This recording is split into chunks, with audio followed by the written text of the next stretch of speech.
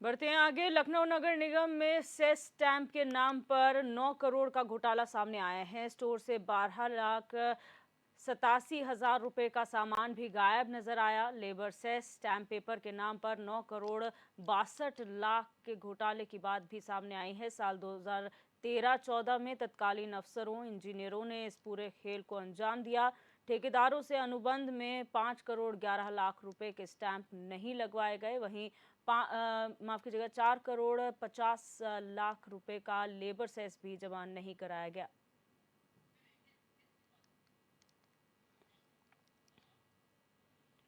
और UP head Amitesh Srivastava हमारे साथ फोन लाइन पर जुड़ चुके हैं। अमितेश, क्या जानकारी है पूरे घटनाक्रम के बारे में और कितना बड़ा ये घोटाला है? दिवदर्शनी सरकार के नाक के ठीक नीचे इसलिए हम कह रहे हैं क्योंकि जहां से पूरे उत्तर प्रदेश की सत्ता चलती है, जहां पर उत्तर प्रदेश के मुख्यमंत्री रहते हैं, विधानसभा से चंद कदम की दूरी है, और वैसे में नगर निगम में जिस तरीके से सेल्स स्टाफ के नाम पर 9 करोड़ का जो घोटाला सामने आया है, वो हैरान और परेशान करने वाला है।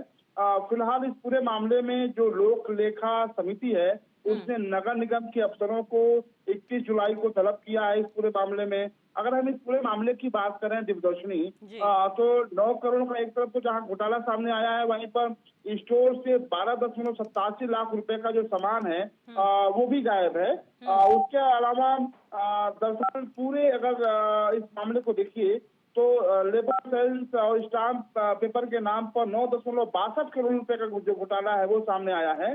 2013-14 में तत्कालीन अफसरों और इंजीनियरों ने जो पूरा खेल है वो खेला था, ऐसा कहा जा रहा है।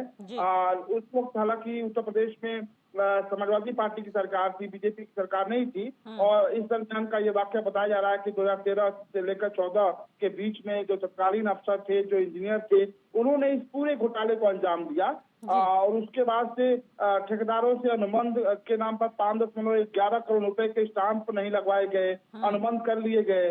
4.50 करोड़ रुपए का जो लेबर सेस भी है वो नहीं जमा कराया।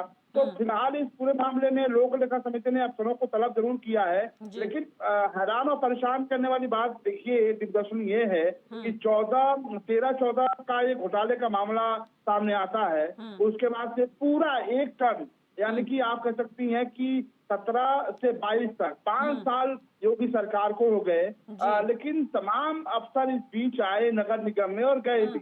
लेकिन हैरान करने वाली बात यह है कि इन तमाम अफसरों को इस घोटाले की भनक तक नहीं लगी, जबकि योगी आदित्यनाथ सरकार की सेकेंड टर्म की जो सरकार है वो चल रही है, और ऐसे में अब जाके मामला खुला है। तो मुझे लगता है कि इस पूरे मामले में तमाम जो बड़े अधिकारी इंजीनियर्स हैं उन पे गाज गिरनी तय मानी जा रही है। लेकिन ये भी कहा जा रहा है कि तमाम इसमें से अधिकारी जो हैं वो अब सेवानिवृत्त हो चुके हैं। तो सवाल ये उठता है कि आखिर जो अधिकारी इस पूरे कार्यकाल में नहीं है, फिलहाल जो सेवानिवृत्त हो चुका है और जो घोटाले में शामिल है, उसके खिलाफ किस तरह की कार्रवाई करेगी ये देखना होगा। और दिलचस्प बात यह है कि ये भी आप कह सकती हैं कि योगी सरकार ने मन बना लिया है कि इस पूरे मामले में ऐसी कार्रवाई की जाएगी। तमाम सीनियर अफसर से मेरी बात हुई, उनका साफ तौर पर कहना था कि ऐसे मामले में जो कार्रवाई हो, नजीर बन सके, ये कोशिश की जाएगी। बिल्कुल अमितेश, जिस तरह से आपने कहा कि 5-5.5 साल का कार्यकाल सरकार को हो चुका है, कई अफसर आए लेकिन किसी के नजरों में घोटाला नहीं पड़ा। आखिर इस बार किस तरीके से घोटाला सामने आया है? क्या ऐसा प्रकरण हुआ जिसके बाद ये पूरा मामला निकलकर सामने आया?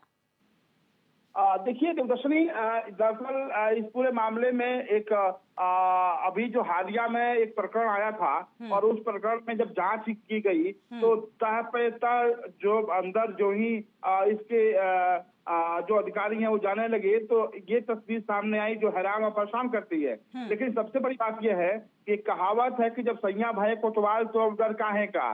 तमाम नगर निगम में अधिकारी ऐसे हैं दिवदर्शनी थे जिनका हाल में अभी योगी सरकार ने उन पर डंडा चलाया है।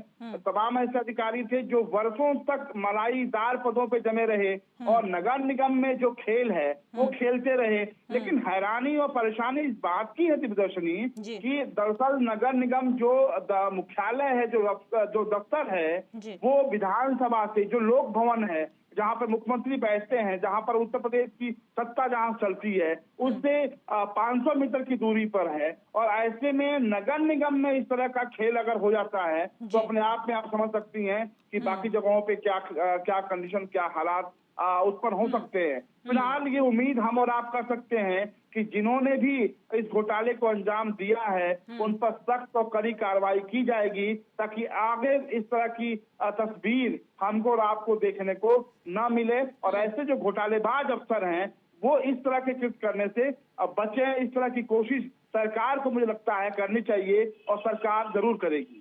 बिल्कुल, बहुत शुक्रिया अमितेश हमारे साथ जुड़ने के लिए और तमाम जानकारी साझा करने के लिए।